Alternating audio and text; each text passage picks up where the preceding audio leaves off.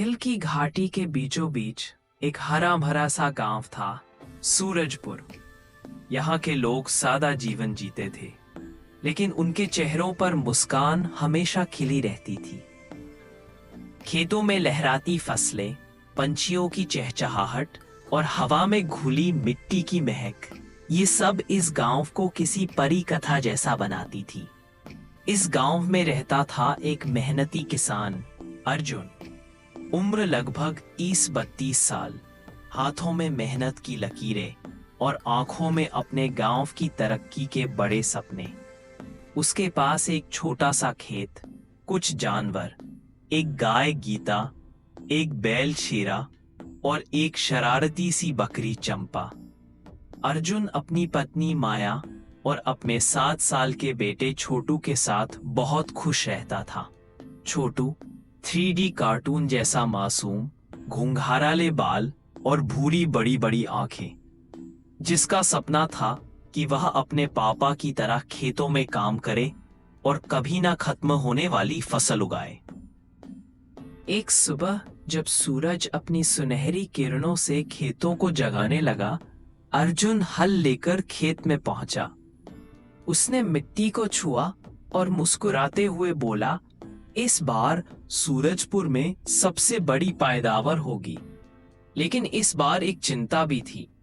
कई महीनों से बारिश कम हो रही थी, नहरों में पानी कम था और कुआं भी लगभग सूख चुका था। गांव वालों को डर था, अगर यही हाल रहा तो इस साल फसल बर्बाद हो जाएगी। गांव का मुखिया रघुवंशी चाचा सबको चौपाल पर बुलता है और कहता है, लेकर आओ कोई नया आइडिया, पानी के बिना कुछ नामुमकिन है। बहुत देर तक बातें होती रहीं, पर समाधान कोई न मिला। सबके चेहरे नीम की पत्ती जैसे कड़वे और उदास हो गए। अर्जुन शांत बैठा सोचता रहा और अचानक उसकी आंखें चमक उठीं, जैसे किसी बल्ब में करंट आ गया हो। हम सब मिलकर एक बड़ा तालाब बनाते हैं, जिसमें बारिश का पानी इकट्ठा होगा और हम उसे खेतों तक पहुंचाएंगे। सब लोग हैरान, कुछ बोले ये काम बहुत बड़ा है, तो कुछ बोले मेहनत बहुत लगेगी। पर अर्जुन की उम्मीद उन सब से बड़ी थी। अगले ही दिन सूरजपुर में एक नई शुरुआत हुई। हर घर से कोई न कोई बाहर आया।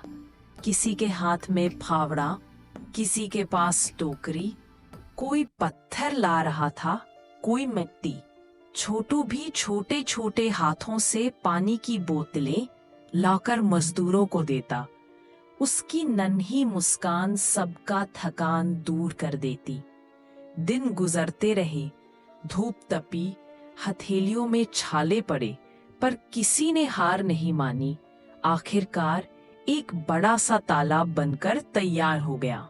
गांव में खुशी की लहर दौड़ गई। सबने एक दूसरे को गले लगाया।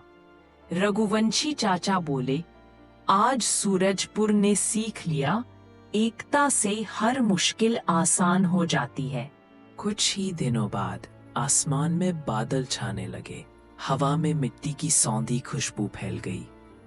टप टप टप बारिश शुरू हुई और फिर तेज हो गई। तालाब भरने लगा। बच्चे उछल पड़े, पानी आया, पानी आया। अर्जुन ने आसमान की तरफ देखते हुए कहा, हे भगवान, हमारे गांव को कभी सूखा मत दिखाना। बारिश के बाद जब सूरज निकला, तालाब का पानी चमचमाता हुआ खेतों तक बहने लगा। हरियाली लौट आई। धान और गेहूं की लहराती फसलें देखकर सबके दिल खिल उठे। हर खेत में पानी की व्यवस्था हो गई और अर्जुन, वह गांव के हीरो जैसा हो गया। पर वह गर्व में नहीं डूबा, बल्कि यही बोला, मैं अकेला कुछ नहीं था, गांव ने मिलकर मेहनत की है। दादी माँ ने रात की रोटी खाते हुए छोटू से कहा, जब लोग एक साथ खड़े होते हैं ना, तो मुश्किलें डर कर भाग जाती हैं। छोटू हंसकर बोला, मैं भी बड़ा होकर पापा की तरह किसान बनूंगा। गांव वालों ने तालाब के पास एक भव्य उत्सव मनाया। रंग बिरंगे झंडे, ढोल नगाड़ों की धुन, बच्चे 3D कार्टून जैसे डांस कर रहे थे। तालाब पर पड़ती चांद की रोशनी, ऐसा लग रहा था जैसे जादुई दुनिया। सबने एक स्वर में कहा, ये सिर्फ पानी का तालाब नहीं, ये हमारी उम्मीद, मेहनत और एकता की निशानी है।